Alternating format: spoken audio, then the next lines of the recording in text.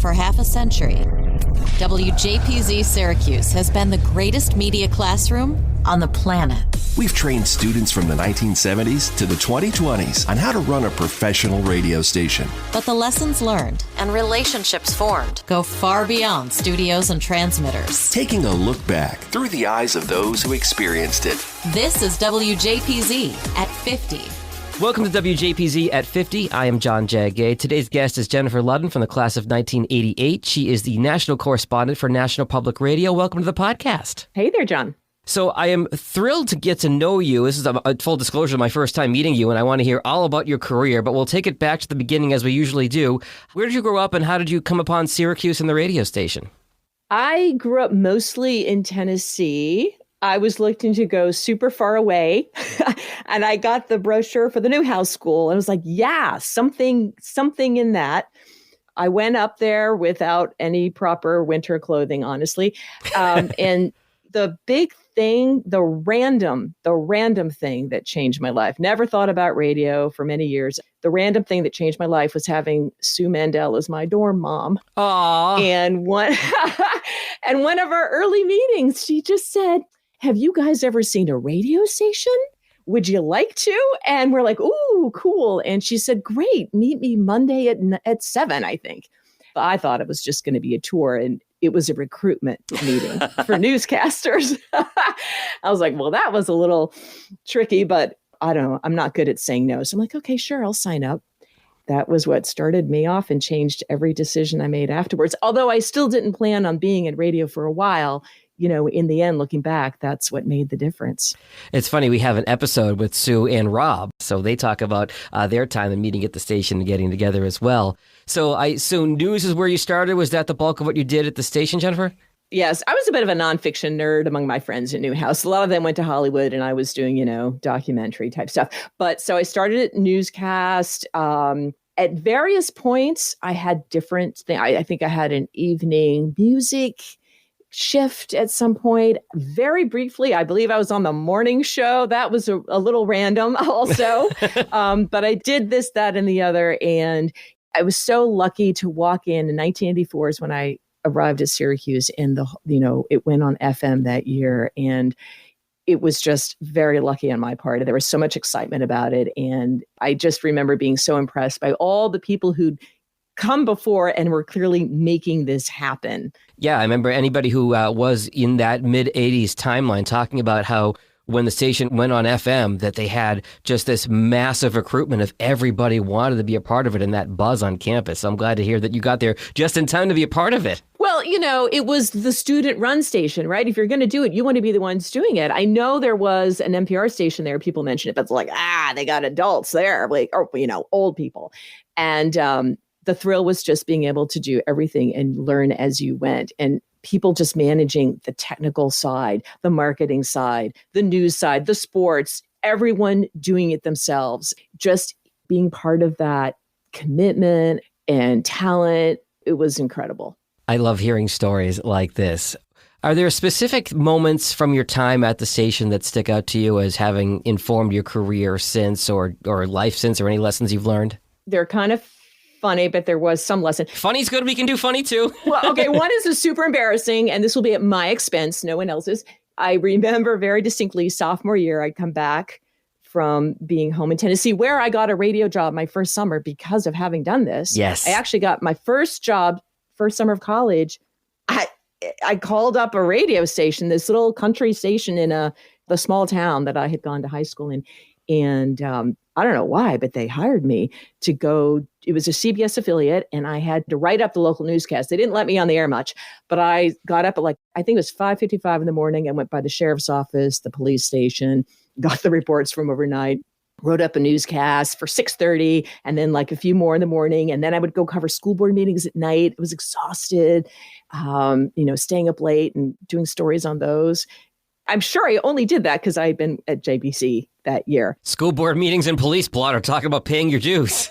Early morning till late at night. It was great. So I come back from being at home where everyone thought I talked like a Yankee, right? But I had not lost my accent. I had quite a Southern accent. And my first newscast back sophomore year, I'm in the booth and there were 4 guys, I don't remember who, in the booth behind the glass, who started literally falling off their chair laughing at me. Because like from the get-go, I was like, da da da Z89 or something. I can't even fake it now, but it was a super Southern accent. And I was so embarrassed in the middle of the third sentence, which was about a murder, I started giggling. Oh, and no. It was humiliating. Humiliating. And so I aggressively started losing my Southern accent then. I remember that very distinctly. It's funny how stories just parallel throughout the years. I've talked to, obviously, we have a lot of New Yorkers who came up from the tri-state area to Syracuse, and they talk about losing a New York accent. For me personally, I grew up in Boston, and my favorite story to tell is we were at a Dunkin' Donuts at 2 a.m. coming back from the casino one night, and 17-year-old me asked for a marble crella. The poor woman behind the counter said, "You want a what?" And my Syracuse friends are teasing me. "Oh, I'm sorry.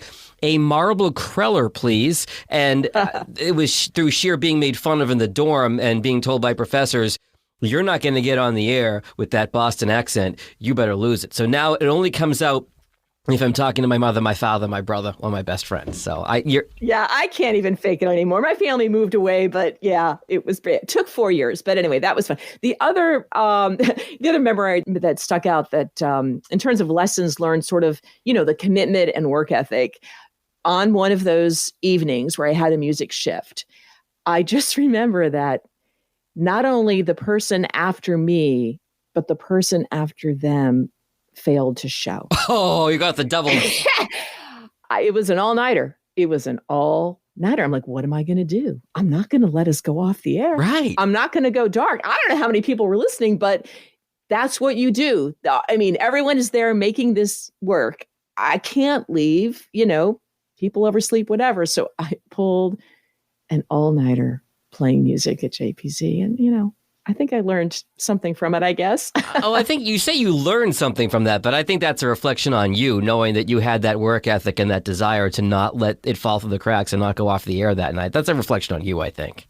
Well, it's because of the commitment of everyone there, really. I mean, okay, the people there were 2 no-shows, but you know what? Everyone else had that, and it was part of the atmosphere. You kind of hone your skills at JPZ, you graduate, and you've had an incredible career since then that I want to get into with you. Where did you start, and sort of walk me through all the things that you've done since graduation? Okay, so one of my other main goals in going to SU was to live in New York City, which I know sounds silly, but it worked. I got a paid internship from an alumni at Con Edison, and I was doing educational videos for Con Ed, everything you wanted to know and more about asbestos and all that. When that ended, I sort of did this, that, and the other. Among the things, 10-10 wins, 22 minutes will give you the world. And also, Rob Weingarten was huge in helping me. And in one point, he was managing a radio station. He and Sue were in Westchester County.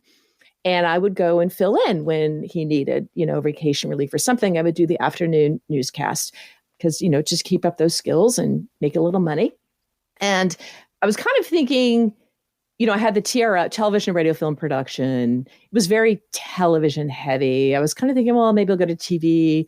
At one point, I thought maybe I'll do PBS documentaries. And I did work at a documentary production firm in New York as a secretary. I was a super bad secretary. And I kind of thought, I just don't have the patience for that, to spend a lot of years working your way up. And I thought, I just want to do the stuff now. I want to interview people. I want to write my own stuff. And I also happened to have a roommate there who would come from National Public Radio, NPR. So it was a combination of having my JPZ experience and this roommate. And I started listening to NPR, and it kind of just clicked one day. I said, oh, public radio, I'll work at a station. So I started sending out lots of resumes and all. And what I did was I crafted together 2 stories. I borrowed my roommate's Walkman. Mm-hmm. Remember those? And I went around New York. I picked 2 stories at random, and I interviewed people, and I got a lot of sound. And I needed to produce this and make it sound like the things they do at NPR, which I'd never really done with all that, ambi in the background. And Rob was incredible. He was so wonderful. He said, you can come use our station overnight. There's no one in the production studio. And he let me go up, and I spent another all-nighter putting together, mixing those stories for my demo tape. And then I also had my newscast from his station. And I never was going to lie. Obviously, I would never say these aired anywhere if someone asked, but they never asked. Right. And I ended up, they didn't. And I got my first job at Maine Public Radio using that tape. And thank you, Rob and Sue. They just sort of set me off on the path I'm on. Again, a parallel throughout the years, throughout 50 years of this radio station, of paying it forward, of Rob and Sue talked about folks before them that had helped them out, and then they're paying it forward and helping you. I just love hearing stories like this. So how long were you in Maine, and where'd you go from there? A couple years in Maine, and then I got the bug. I decided, it's really far up there, and there's New Brunswick on one side, French speaking, and I did a lot of coverage of the Acadians up in the far north near the border with Canada. Oh, wow. The ancestors of the Cajuns. And I started retaking French, and I just had this desire. I'm like, if I'm ever going to try and speak it, it's going to be now or never. So it was a recession, a mildish recession. I couldn't get, a lot of people weren't hiring or flying people for hiring. So I quit and I moved to Montreal. Wow. To try and speak French. Quite an accent up there. I did my French a little bit backwards, but loved it so much. Freelance for NPR, freelance for the Christian Science Monitor. After I got there, then the NPR station WBUR heard me and said, "Oh, you're sounding great." Then they had an opening. I did 2 or 3 years at WBUR. But I had this bug about maybe going overseas. An editor had said to me, "Hey, you should consider West Africa. We don't have anyone there. Wow. You've got your French, such as it is." And I ended up getting a contract with NPR in West Africa. In the mid-90s, I was there. It was amazing. It was life-changing. I loved it so much. And then I had met a guy. We had a long-distance relationship. I said to my boss, I kind of need to go back to New York. I love what I'm doing. He totally understood and said, "Well, what if I put you in Paris and you covered Africa from there?" And that's when I stopped trying to plan life, right? So I was in Paris for like a little less than a year and a half with my boyfriend, now husband. Mm-hmm. And then we both got job offers. He was with ABC News. He'd taken time off to hang out in Paris, but he worked a lot there as well. And then we both got offers to be the Middle East bureau chief, he for ABC, me for NPR, based in Jerusalem. Wow. And that was the first place we both got jobs at the same place. And that was incredible. We covered like from Egypt to Iran. So much happening. And that's in the 90s. I mean, there's news breaking every 3 seconds at that period in time. Late 99, 2000, 2001. It started out as being, the big peace agreement that we were covering the Oslo Accord, peace in our time, the end of the 100 Years conflict, and then the second Intifada happened with Israel-Palestine. So that was extremely busy. We also had the Israeli pullout from Lebanon. I had 4 trips to Iran. That was incredibly fascinating. They were much more open than they are right now. They were having elections. It was Khatami was opening up to the media a little bit. It's heartbreaking to see what's happening in Iran now. It's always been a tough country, but it was a fascinating trip. It's really amazing to me, Jennifer, how much of the world you've seen at some pretty, we'll say, interesting times in history in the last couple decades. Any stories from your time overseas that really stick out to you in memory? Yeah, there was one time, when you go to these places, you could say it's a stupid idea to go to a place where everyone else is evacuating. But once you're there, you do try to be very prudent and make safe decisions. But there was one time in Liberia, it was the day I was supposed to leave, and the front line came right outside our hotel. That was a little scary. We were cowering on the floor and thinking about what if they come up the driveway, and it turned out to be fine in the end. We were very lucky. They had the hotel owners had good security. They hired guys to be security outside, and it passed. But that was pretty dicey. And then we were evacuated the next day. Mm-hmm. And it was a little sad because I remember calling my mom to tell her I was fine. And, she didn't even hear about it in the news. I mean, I'd had something on. No, but it was Liberia. It was a civil war that had been going on for years. And you just, it's kind of humbling, And so then I ended up, instead of reassuring her, saying, "Mom, do you understand what happened to me today?" Geez. The other thing, I was pregnant toward the end of my time in Jerusalem. Mm-hmm. And my bosses never made me do anything I was uncomfortable with. Okay. And I am grateful for that. I did probably in the end go on one trip I, looking back, should not have. The bulletproof vest, when you're that pregnant, it doesn't cover the sides. It only covers the front and back. And, firefight broke out near Bias. And I thought, okay, this is ridiculous. I'm being stupid. I need to stop thinking of myself. So the next story that popped up, Israel was there were incursions into Palestinian areas around Bethlehem and so forth. And the next time I was like, I can't do that. And I reported it remotely. And, it was a great story because instead of just walking around outside and finding whoever happened to be outside and speaking to them, I was catching people in their homes, in their business, maybe that is, locked up or whatever. And I feel like the interviews were more intimate in a way. Okay. And people were more open. And so it was a lesson. Have you ever told your son, your daughter, have you ever told them about how about being in that situation? Oh, I don't think they care. Maybe when they're older. They're college age now. They're not so impressed with mom, I don't think. But maybe one day. It's WJPZ at 50. Don't miss an episode of the WJPZ at 50 podcast. We release a new one every Monday morning. And if you'd like us to send you an email when a new episode is out, sign up at jagindetroit.com/WJPZ at 50 or click the link in today's show notes. And I promise not to sell your info or spam you. It's the podcast celebrating the world's greatest media classroom. It's WJPZ at 50. Okay, so Middle East, Paris, Jerusalem, and then at some point you come back stateside, right? Is that next? Yes. Yeah. We decided, though I've had colleagues who stayed abroad with children, we came home. My husband actually got a job here. And so we moved to DC, and then I became a national correspondent for NPR. I've covered lots of things. I sort of have that journalistic ADD. Every 5 years, I gotta try something else. So I did some national security, post 9/11 reporting, which made sense coming from the Middle East. Yeah. Then I did immigration for a number of years. That was just fascinating. It was during the Bush administration. You had this Republican administration trying to do this sweeping immigration reform like Ronald Reagan did way back when amnesty was not a nasty word. And their party was really shifting under them. It just fell apart. This is George W. Bush, correct? The second Bush. Correct. And I traveled the country. A lot of what I did back then, there were a lot of raids on, meat processing plants and other places that depended on undocumented workers. Mm-hmm. And just looking at how Americans weren't lining up for those jobs and, the disruption to families. It was fascinating. And then I covered family issues, a lot of, the lack of paid family leave. That's changed some. The decline of marriage among some groups, the rise of out-of-wedlock births, which has really shot up in recent years. Huh. Yeah. Why is that? So this was really fascinating. I did not understand the connection, the economic link to this rise of out-of-marriage births for a while. I had to do a lot of reporting. It's a real divide in education, right? So it's much more common with people who have not had a 4-year degree.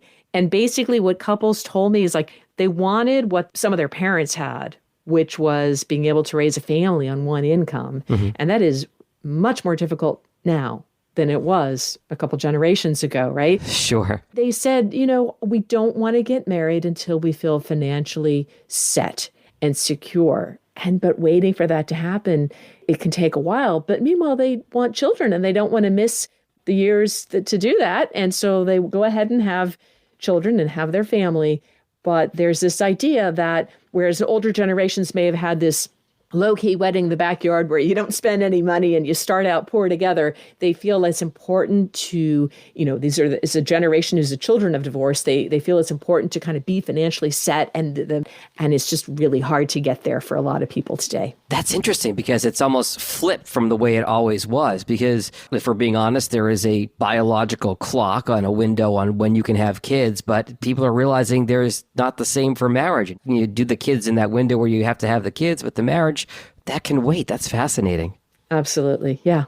And now I'm covering economic inequality and a lot of these issues. I edited climate for 5 years, climate change and energy stories. That's something I wanted to ask you about because I find that entire area fascinating.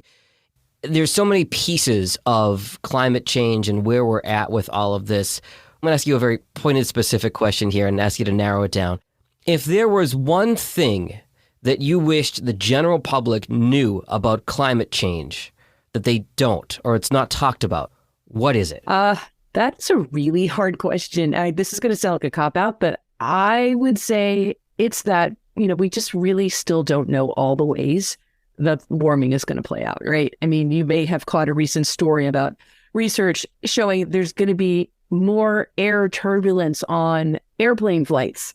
And it's clear air turbulence that pilots have a hard time seeing. It's like, who saw that coming? And, there will be more things like that. These are really complicated ecosystems that are playing out here. And I think it speaks to, the other second thing, maybe the eyes glaze over part of climate change here, is that we really, really do need policies to get us winding down off fossil fuels. I mean, there is incredible technology.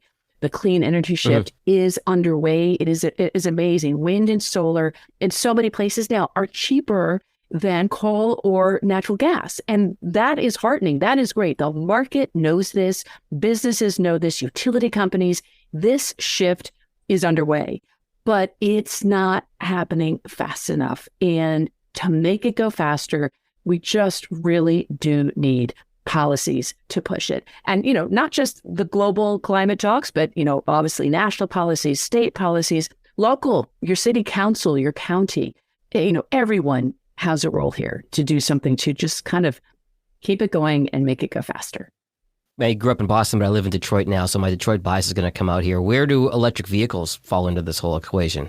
They're important. They're huge. But the electricity that they're going to be charged on needs to be clean also, right? So it's all got to happen together. It is a kind of an overwhelmingly huge thing. So the electricity, our grid has to get cleaner, right? It has to be more and more fueled by renewables. And then when you charge your electric car, it's going to be clean. What goes in versus what comes out. Got it. Okay. Right. But transportation is a huge piece of it. A lot of emissions. In fact, the biggest chunk in this country at the moment. So from there, you move on to issues of economic equality and tell me what you're doing now. This is also fascinating to me.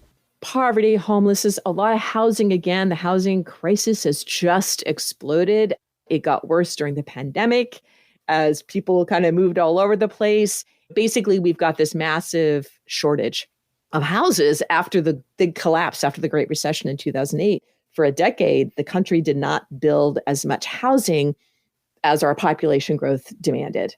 So now we have this huge challenge of catching up at a time when construction is really expensive, land is expensive, the supply chain has been disrupted. There's a wide acknowledgement of this, and you see cities kind of putting more money toward this.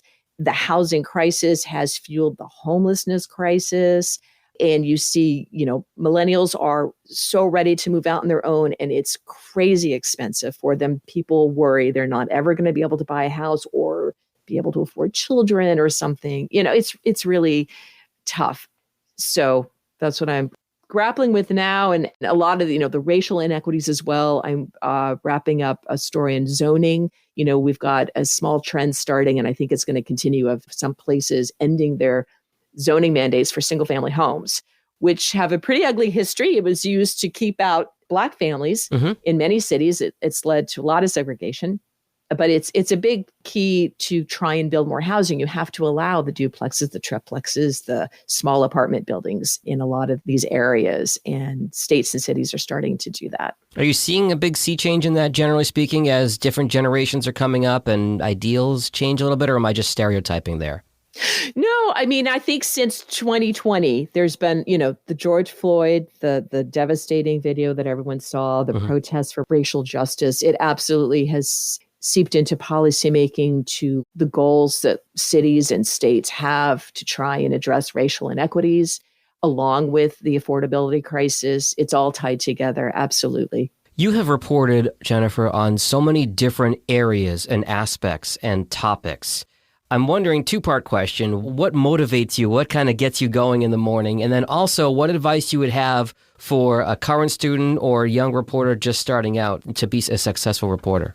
Ooh, those are big questions. I think what I try, and my colleagues at NPR also try, you're motivated by the real people who are living these situations. Our, storytelling, it's age old. It goes back to humanity, and telling stories about people is the heart of it. It can be about a policy change or an economic shift, but you have to illustrate that with the voices of real people, and you'll learn so much from them. They're the first-hand source always. And I would say for people going into journalism, that is going to hold true no matter what medium you go into. And actually, that's the other thing is it's all media now, right? So I spent a long time crafting the art of writing for radio, the haiku of getting every syllable counts, and, infused with this ideal that, it's much harder to write short than it is long, right? Of course, it takes longer. It's, rewriting. And then all of a sudden it's like, well, we have to learn to write for the website now. And by the way, take pictures when you're out there and maybe some video on your phone. Right. So everything is multimedia now. And the more skills you can bring to all the different ways of telling stories, including on social media now, the more equipped you'll be for whatever outfit you would like to work for. It is interesting you talk about the shift in all the different multimedia approaches and it not just being radio anymore. As someone who works full-time in podcasting, I've seen that your company, NPR, has really been at the forefront of, way ahead of the commercial radio companies in podcasting. You've been doing this since before it was cool. So it's interesting to hear your perspective on that, on how you need to have that multimedia approach and think about presenting stories in so many different ways, because listeners and audience consume it in so many different ways now. Right. Well, we may have been out there early, but everyone's there now. Everyone. And, truly, it's a lot of competition. It's a tough time. It is a tough time. And everyone's trying to figure it out. We do all these polling now, and, people kind of are bombarded with so much news, and you kind of skim. There's no way you can read everything, but it is heartening to know that there is still, even among, especially maybe younger generations, a desire for the deep dive, the long podcast, the long conversation or reported piece. There absolutely is a hunger for that. And that is great. I don't think that radio is changing. Young people don't even own radios, but there's always going to be some platform for the age-old tradition of oral storytelling. Well, Jennifer Ludden, thank you so much for spending a few minutes with us today. Really appreciate your perspective and your career that, again, started back at the days of JPZ, like so many of our illustrious alumni. Thanks so much for your time today. Thank you, John, and thank you for doing this amazing series. It's so fun to listen to. Thank you very much.